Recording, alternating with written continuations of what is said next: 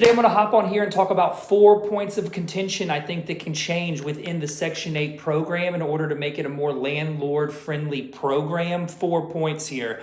My wife and I, we are very blessed to own real estate in both California and Alabama. Yes, that's correct. And within those states, we operate within 4 different municipalities and with 4 different housing authorities. So we've had the good privilege to be able to see the differences in how the offices work, both from the West Coast into the South, and then also in between offices pretty much in the same city or counties or things like that. So here are 4 things that we think that Section 8 could change in order to make it more landlord friendly.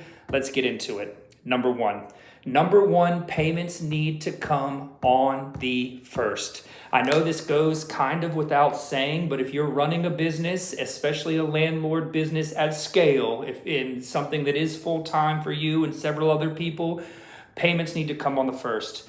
There are some offices that do not pay on the first. They say they're going to pay by the first Friday, and another one down in the South that even puts it in their lease that they're not going to pay until the 10th. This really puts the landlord in limbo, especially if you've had a very skinny month or, believe it or not, a negative month. They happen all the time, and so you need to catch back up, pay vendors, pay your workers. Everyone else wants to get paid on the first. So point number 1, it needs to be uniform. Pay on the first of the month.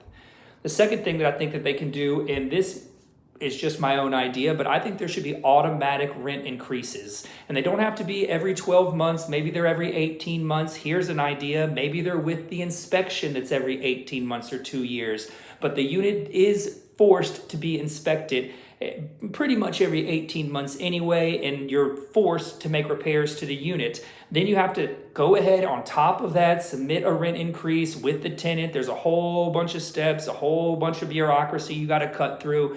It shouldn't be that way. When the rent is renewed, there should be anywhere between a 4 and call it an 8% rent increase built in that the landlord doesn't have to push for more, file more paperwork to get, have to go under review with another department and take 2 or 3 months to get down the line. I don't think that should happen. It should be a standard rent increase.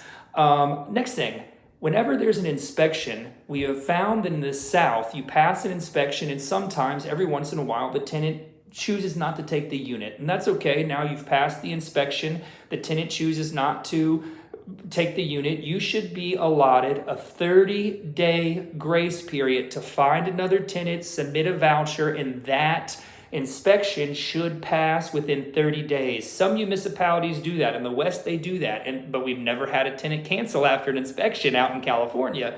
But here in Alabama, we have had a couple of times where the tenant cancels even after the inspection is passed, after we've submitted the voucher and got through the paperwork for a number of different reasons. And that doesn't really matter. But that inspection, then now we have to already market for a new tenant and try to get a new tenant, and it's just not run very efficiently that now we have to suffer again to submit a new voucher to wait 30 more days to get the inspection before they can even move in. This is a big waste of time for the landlord and administrationally within the program. I feel like this could save a lot of people a lot of hours of work if we just said, okay, this past inspection is good for 30 days. I mean, think about all of the people involved with getting a new voucher filed and then another 30-day usually period. It usually takes, in the Alabama, it takes about 30 days to get an inspection. In Los Angeles, about 2 weeks.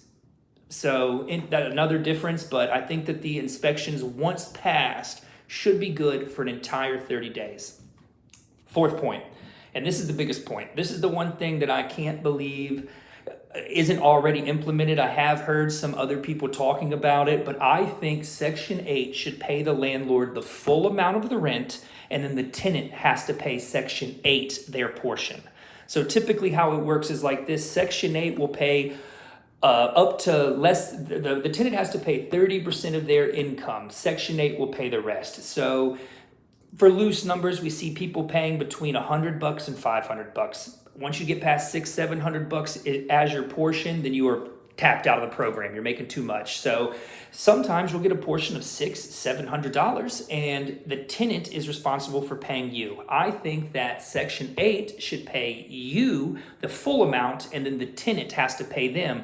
Why? So for something, well, you can imagine why. This makes the landlord on the hook for the eviction. This makes the landlord on the hook for additional rent collection, because collecting rent from Section 8 does take work. It takes paperwork. You have to check. They don't always pay you the right amount. I'm telling you, they don't. You have to check your books, make sure they paid you the right amount. It's already work. So you're already collecting rent from two different sources. I think Section 8 should bear that burden to collect the whole thing. And then if the tenant does fall a month or so behind, you are responsible for the eviction. That's not really fair for us. I thought we were all partners here. Now the landlord is responsible for a guaranteed contract that you guaranteed. You guys should work that out. The landlord shouldn't have to face the eviction that way, pay for it, everything else. So I think that Section 8 should pay the whole amount. Another scenario that we're going through right now in Alabama, a lady lost her job in December. And so in December, she said, I cannot pay my full portion. I'm going to resubmit for loss of income and see what it is. So we said, okay. She didn't pay anything for the month of January. Section 8 should have paid us all that while they work internally on what it's going to be. Here it is February 5th now, and she doesn't know her amount. So now she's going to fall 2 months behind in paying the rent. Section 8 is not going to retroactively pay me that rent. She's still going to be responsible for paying it to me. I think Section 8 should pay the entire amount to the landlord, and the tenant in Section 8 work out their portions themselves. That's it. Easy as that. That's it. So those are the four things I think that we should do in order to make Section 8 more landlord friendly. I've got a few other ones that aren't as concrete of ideas, but if you got any ideas, you work with Section 8, you got any questions, drop me something in the comments. Trying to make more long form content like this. So give me a like, give me a follow, all that type of stuff. Let me know any Section 8 questions you have in the comments. I'll be happy to answer them.